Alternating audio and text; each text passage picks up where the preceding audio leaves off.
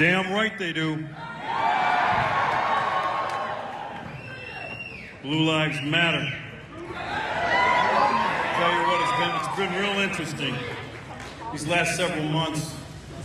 You know, when the Donald Trump campaign reached out to me and asked me to be a part of the campaign, I said, Mr. Trump, I don't know what I can do for you, but I'll tell you what, put me in the trenches because I'm a fighter.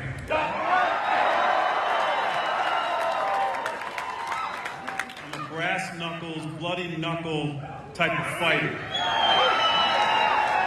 Now, I know that kind of language makes this leftist media cringe. And they've been trying to shut me up, especially for the last 30 days. Can you tell it's not working? There's only one reason why they're trying to shut me up, because they know my message is effective and it's having an effect. Otherwise, they wouldn't pay any attention to me. I've been critical of this hate group called Black Lives Matter. I've been critical of the corruption, the lies of Mrs. Bill Clinton. And it's amazing that just recently I put out a tweet. You may have heard about it, you may not have. And I talked about the corruption going on and how the liberal mainstream media is colluding with the Clinton campaign to influence the election, while Mrs. Bill Clinton gets out there and accuses the Russians of trying to influence our election. The hypocrisy is unbelievable. You know, I took an oath, as a sheriff of Milwaukee County, I took an oath to defend the Constitution of the United States. And right now,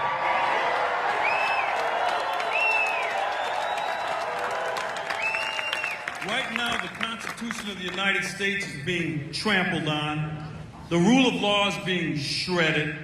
Our institutions of government, our institutions, are corrupt. The IRS is going after law-abiding American groups who have different political views than the White House.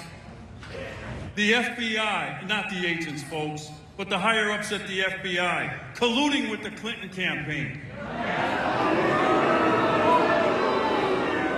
And it's just amazing to me that my tweets, they're pretty good, by the way, at Sheriff Clarke. My tweets get more attention from the mainstream media than Julian Assange and WikiLeaks are getting right now. I tell you what, WikiLeaks has got to be envious with all the attention my tweets are getting. And I said the other day, maybe they should have started out each leak with this phrase: it is pitchfork and torches time in America.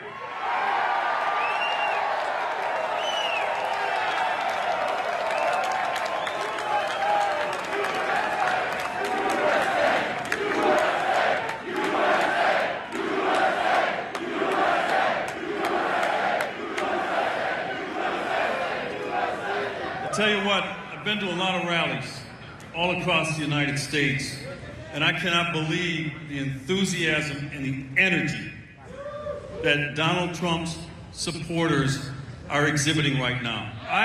This is amazing.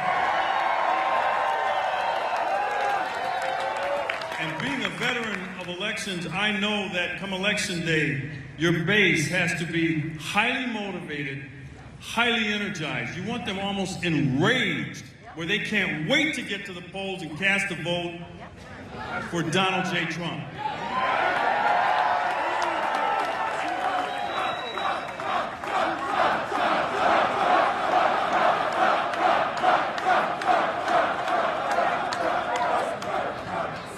Now, the media has done everything that they can to try to make this election about more than what it really is. All right, they keep throwing up these shiny objects to distract the American people, to distract the voters. They're not distracting us. Now, Hillary Clinton, according to Dick Morris, a good friend of hers, said this one time about the Democrat voters. She says, Democrat voters are stupid, they're easy to manipulate. So the media might be able to fool them, but they ain't fooling us.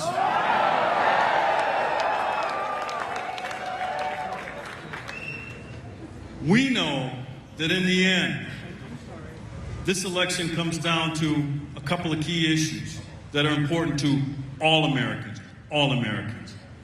And it's not some audio recording where Donald Trump said something 11 years ago. It is about the exploits of Mrs. Bill Clinton's husband,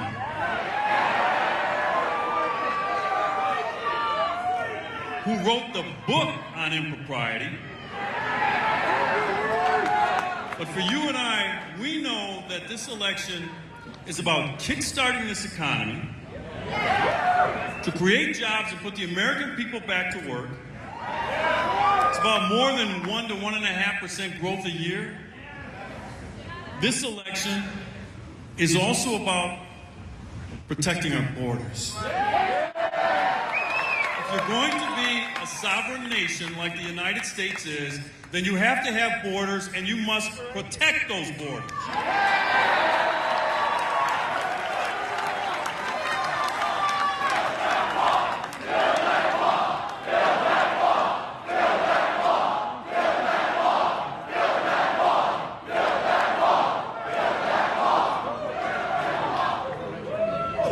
This election is also about something that is going to affect everybody in this room today at some point in time in the near future, and it's the rising crime and violence that is engulfing our communities. Violence is like water, it seeks its own level.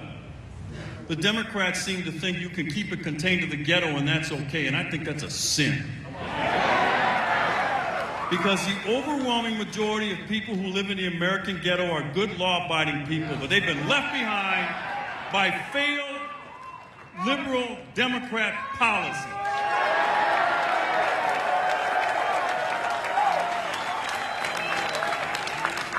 They can't find meaningful work. Their kids are shackled to failing K-12 public schools, which you know is the traditional vehicle to upward mobility in the United States. These kids don't have a chance.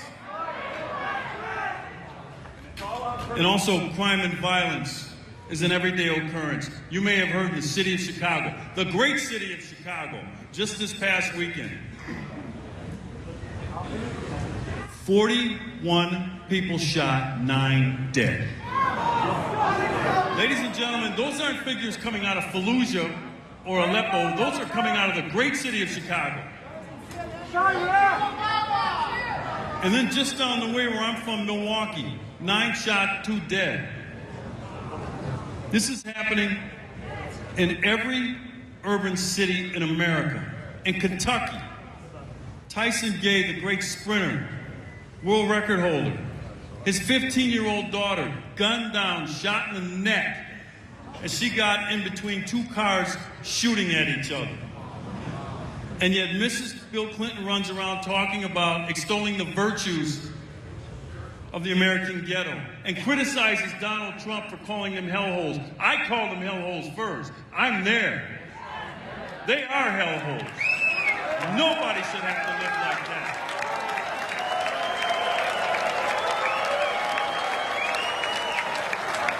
And guess what? It took Donald Trump, of all people, to shine light on the horrors that are the American ghetto, which are in the deplorable, and that's deplorable, state that they are because of failed liberal urban policy. And Donald Trump said he's going to do something about it, and I believe he will.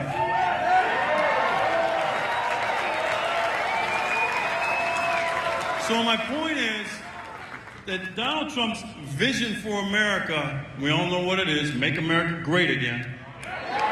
Easy to understand, easy to see, that shining city on a hill that Ronald Reagan talked about for all the world to see. He wants to bring that back, and I believe that he can, and that's why I signed on with him.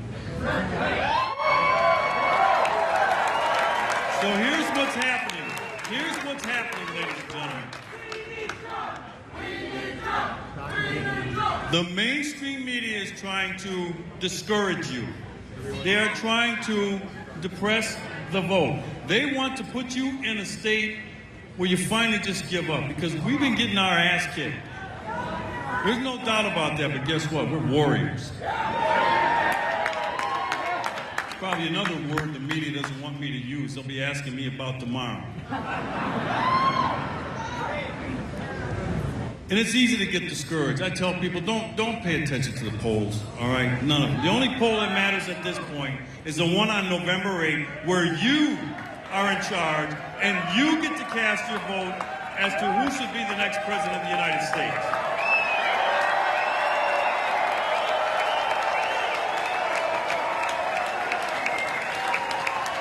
Don't listen to the polls. Not even the polls that say Donald Trump is up a little bit in Ohio and running even in states like Florida. Don't pay any attention to any of that stuff.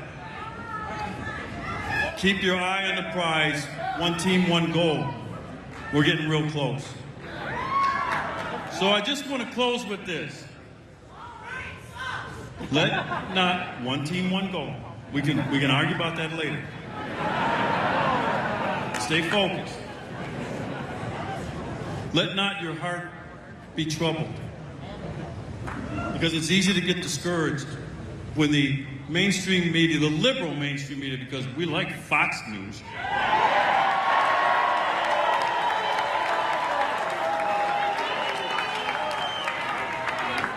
Hey, Fox, you suck too. But they want you to give up, folks. They want you to say to hell with it. It's fixed, it's rigged, and it is. But they want you to just say to hell with it, I'm not going to participate. That's what they're hoping for. It's not going to work. It is not going to work. Stay strong. Find new voters. Get them to the polls. Like I said, and I'll continue to say, it is pitchfork and torches time in America.